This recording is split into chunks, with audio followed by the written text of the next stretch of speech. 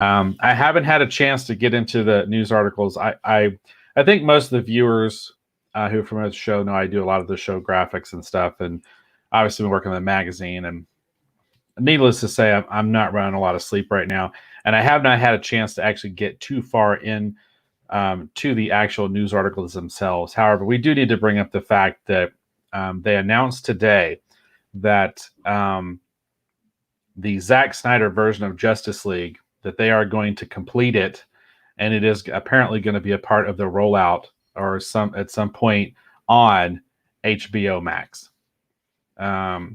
There have been a lot of fans clamoring for the Zack Snyder Justice League cut for a long time.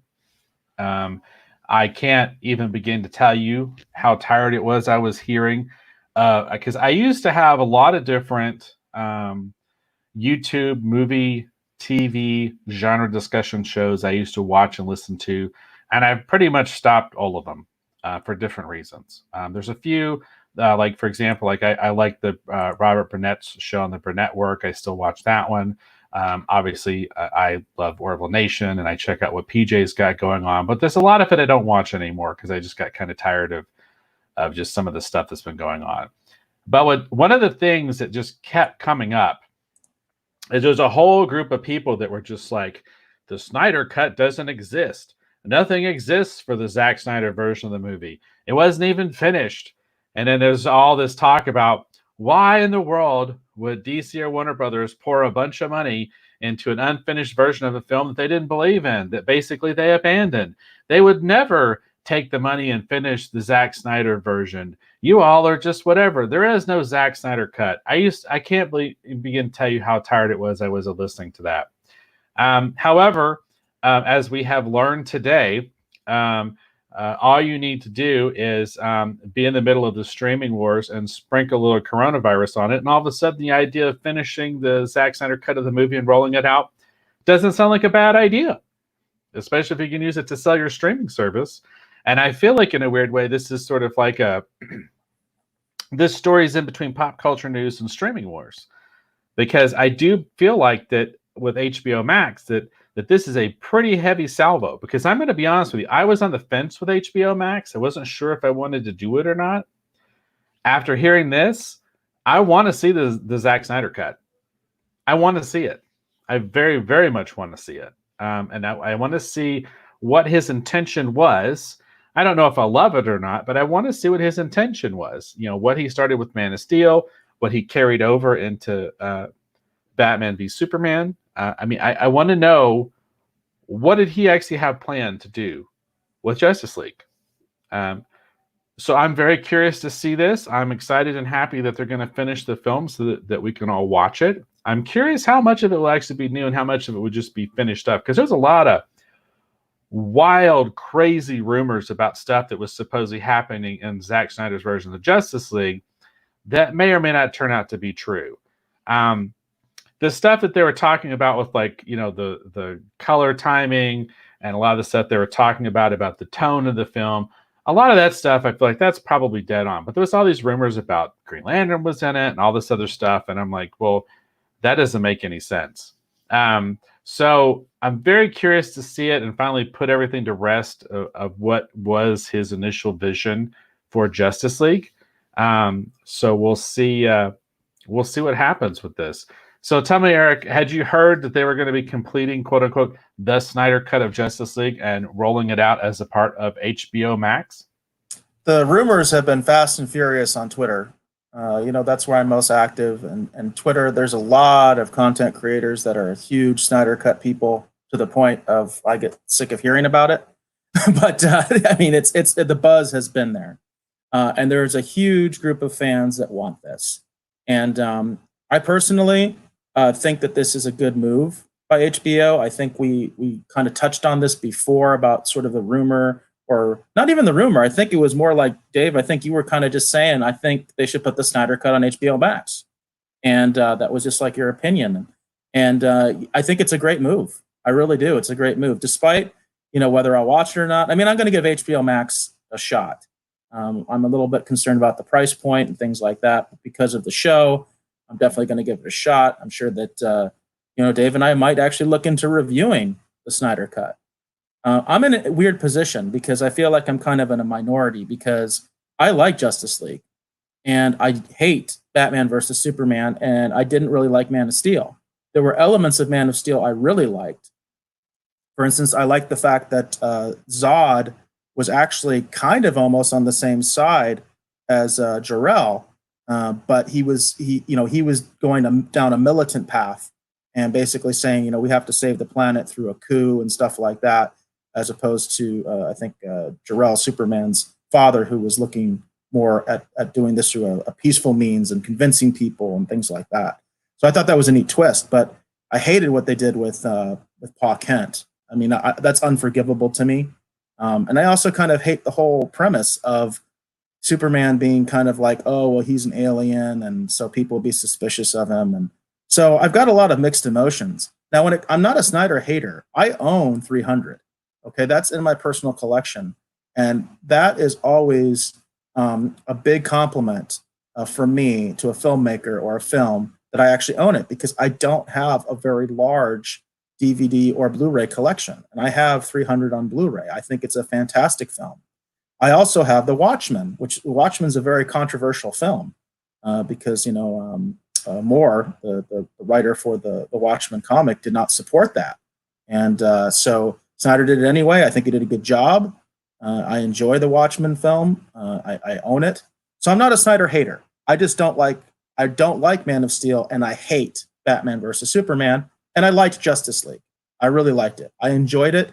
I actually saw it in a packed movie theater, and people were clapping, people were laughing, and I enjoyed it. So that doesn't mean that I don't want to see the Snyder Cut, though. I compare this a lot to Superman 2, and I own the Richard Donner cut, which I imagine you probably do too, Dave, or at least you've seen it. So I kind of think that this is a similar situation, and I'm all for it, even with the controversy for me, because again, I'm not a big Man of Steel guy, and I'm definitely not a Batman versus Superman guy. But I think it's good that they're doing this. A lot of fans want to see it, and I'm curious about it myself. I'm curious about it. So I'm one of those people. I didn't hate Batman v Superman. I think I enjoyed Batman v Superman more than Man of Steel. There was a lot of things about Man of Steel I thoroughly loved. Just that there was a lot of things about Batman v Superman that I thoroughly loved. I liked what they were trying to do with the DC universe and how they were trying to connect all the dots up. Like for example, one of the things I really liked about Suicide Squad is I just enjoyed the fact that we saw Batman being Batman. He even had handcuffs when he took out, spoiler alert, when he took out or brought Deadshot basically to justice. And I thought it was interesting, a lot of things they were trying to do. So I'm mostly curious to see this because I would like to see what were the original intentions. What were they originally intending to do? I don't dislike the Joss Whedon Justice League movie. I own it. I own all of the DC films except for currently one. I don't own Birds of Prey. Everything else I own. Okay. Do you own Catwoman? You own Catwoman? Yes, I do. Oh my goodness! Oh my goodness! I do. That needs to go straight in the fire, Dave. Straight in the fire. I'm that weird completist person. Now, I'm going to be honest with you. I've hardly watched the movie. I mean, I watched it, I think, the one time when I saw it in the movie theater and was horrified. And then I saw it like I saw it on the DVD bin for like $5, and I thought maybe in time I'll appreciate what they were trying to do. I still don't appreciate it. Just a lot of bad decisions, in my opinion.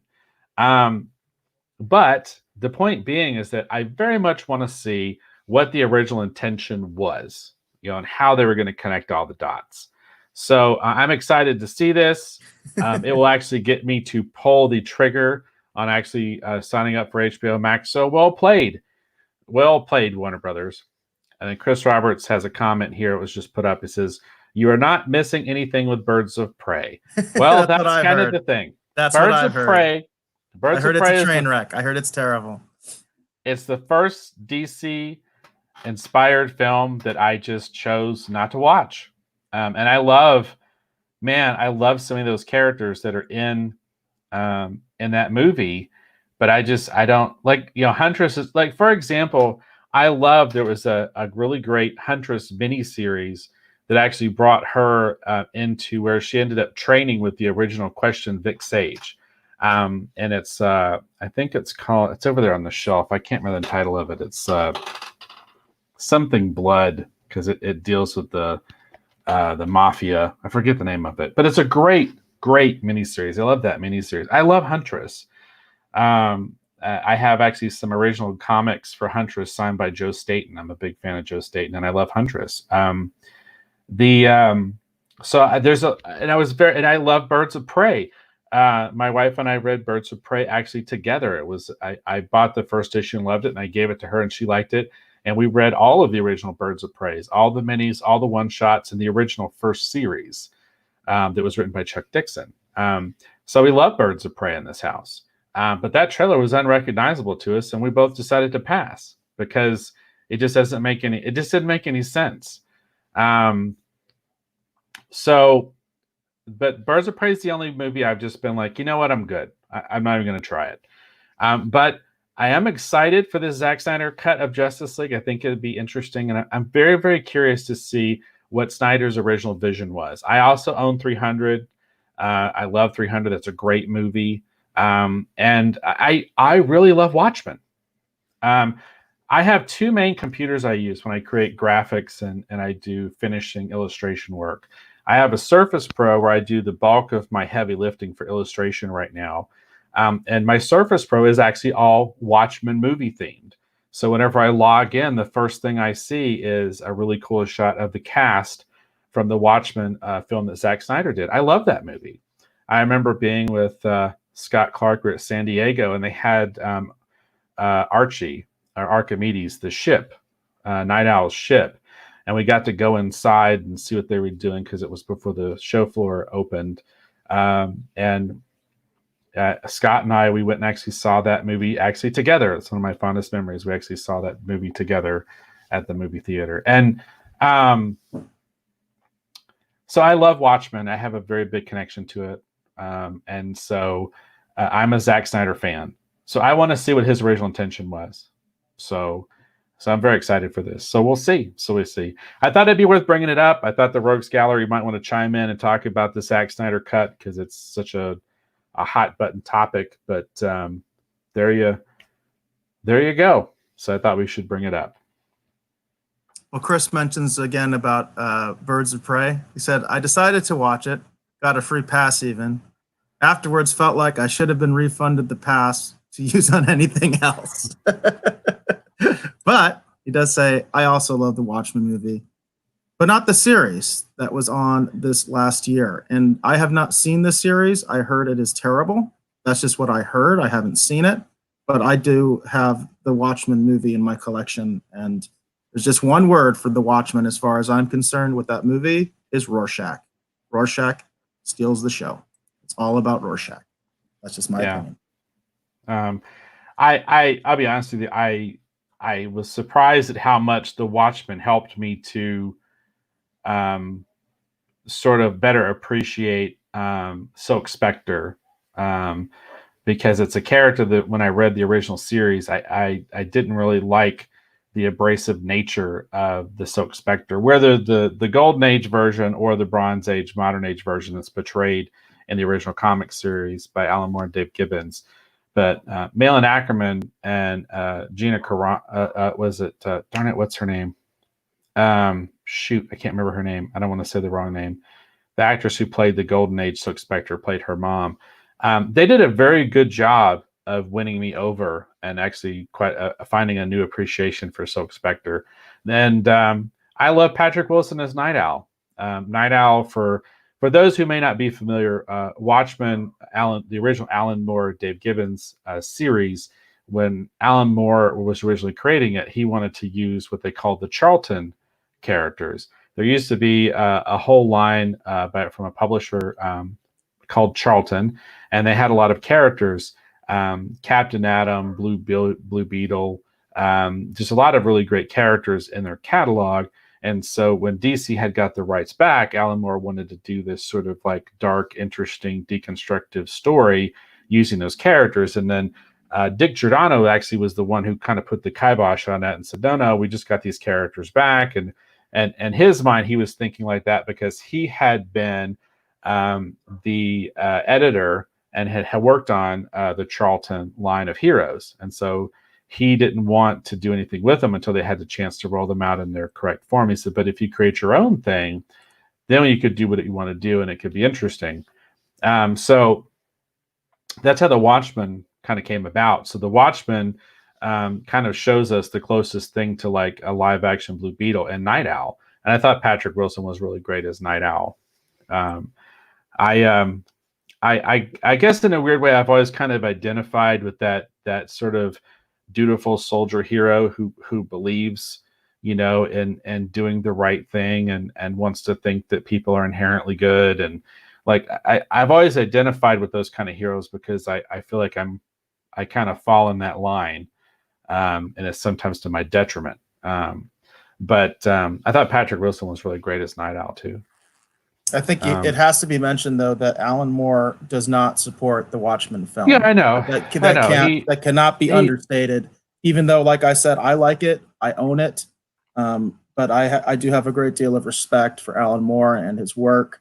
And the fact is, that's his story, and so it is a controversial film because of that. Because Alan Moore doesn't like it, and as I mentioned, Rorschach's my favorite character. And one of the stories that I like about Alan Moore and the creation of that character is that originally Rorschach was going to go along with the plan. Rorschach was not going to die. And what I love is the story that he talks about that he realized after he created the character, even though he already had the story plotted, as the character came to life in his mind, he's like, Rorschach wouldn't do that. Rorschach wouldn't go along with this plan. And I think it's such a cool, a cool story about writing and the idea of you giving your characters life.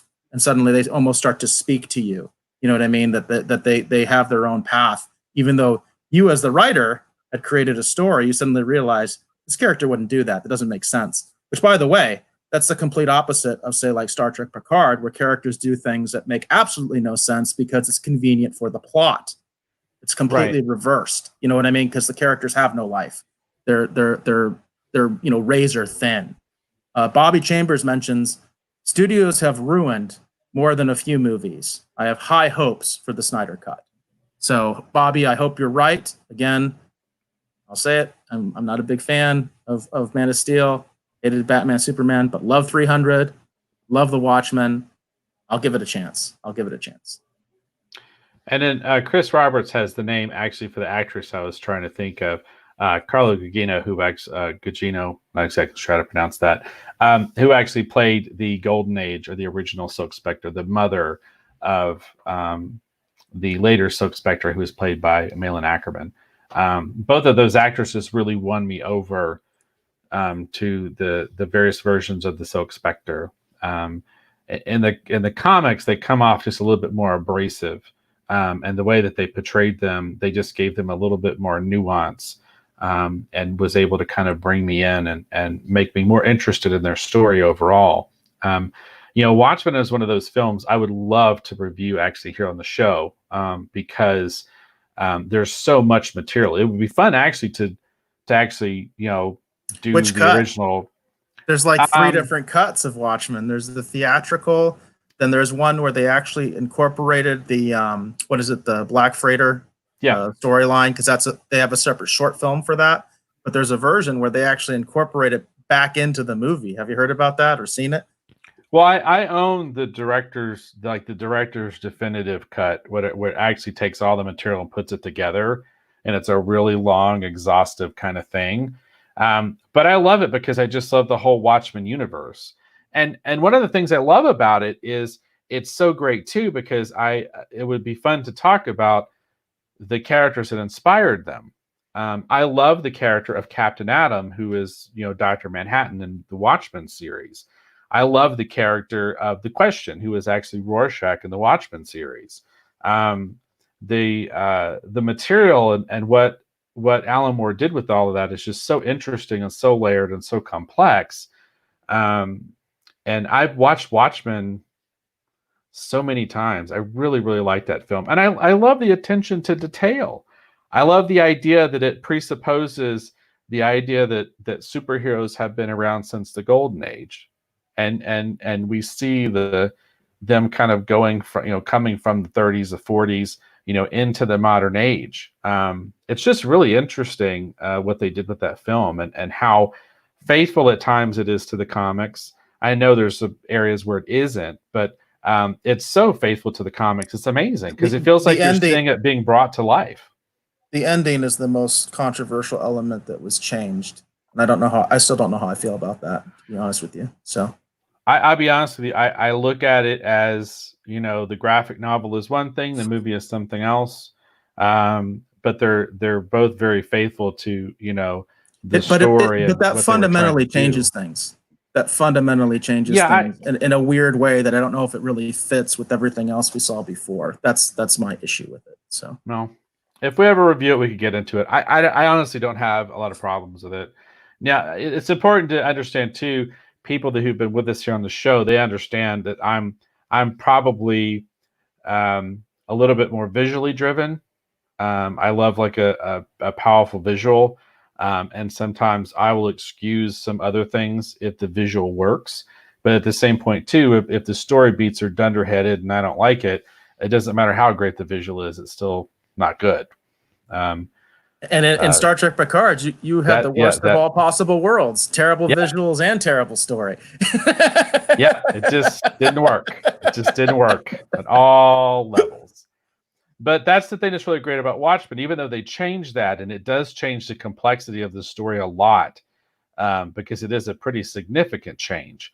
The visuals are so compelling, and I find the characters so interesting that whenever I watch the film, I just get sucked into it. All the actors and everyone does such a great job.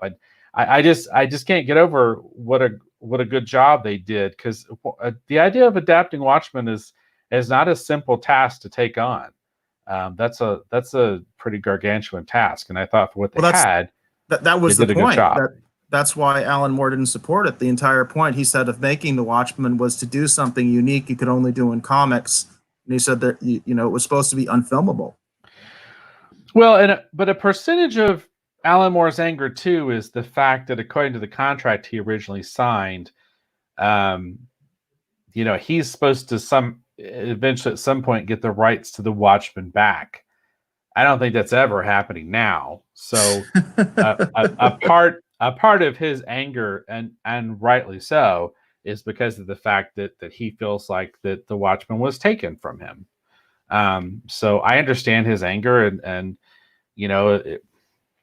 if there was some way to support him in getting the Watchmen back, okay, yeah. But at this point, I don't think that's ever happening, especially not after Doomsday Clock. I mean, they just took the DC universe and the Watchmen universe and put them together in a way I don't know how you even begin to address that at this point.